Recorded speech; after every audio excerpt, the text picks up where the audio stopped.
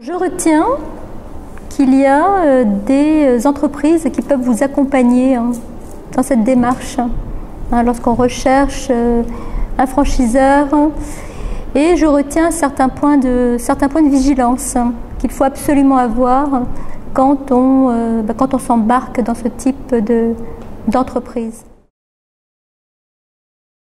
L'élément était justement l'intérêt pour certaines franchises.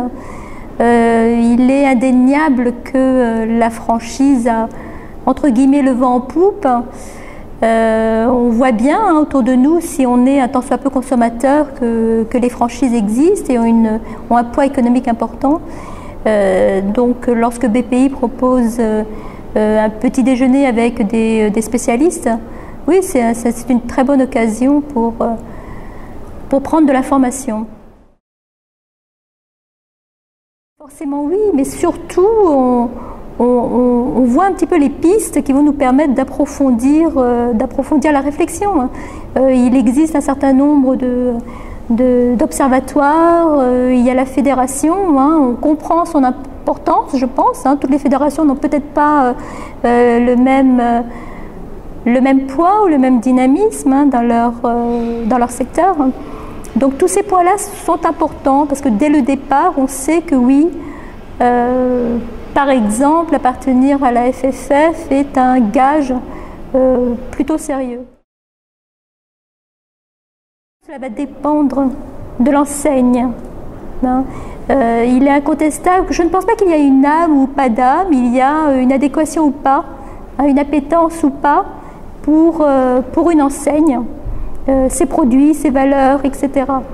Donc, comme c'est le point primordial, j'ai envie de dire que tout dépend de ce point. La grande motivation, c'est le savoir-faire du franchiseur.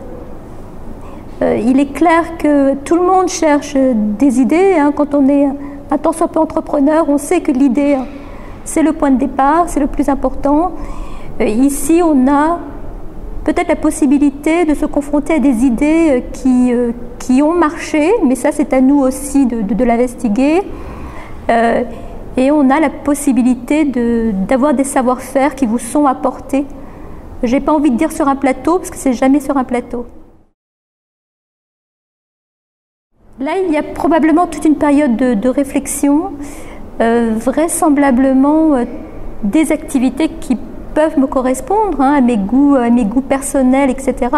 J'ai envie de dire qu'en tout cas, je sais quelles sont les activités qui ne me tenteraient pas. C'est forcément un concept rassurant à partir du moment où il y a un suivi de la part du franchiseur, à partir du moment où il y a une idée qui a déjà été éprouvée. Est-ce que c'est rassurant quand on sait que finalement c'est quand même une activité de commerce et qu'il faut y passer beaucoup de temps, donc il ne faut pas que le leitmotiv soit une autonomie, une certaine indépendance de son temps. Par ailleurs, j'ai envie de dire que ça ne m'étonne pas qu'il y ait beaucoup de femmes parce que faire le choix de la franchise, il me semble, est un choix qui demande d'être peut-être beaucoup plus adaptable que la moyenne des gens et d'avoir un ego moins important, ça c'est certain.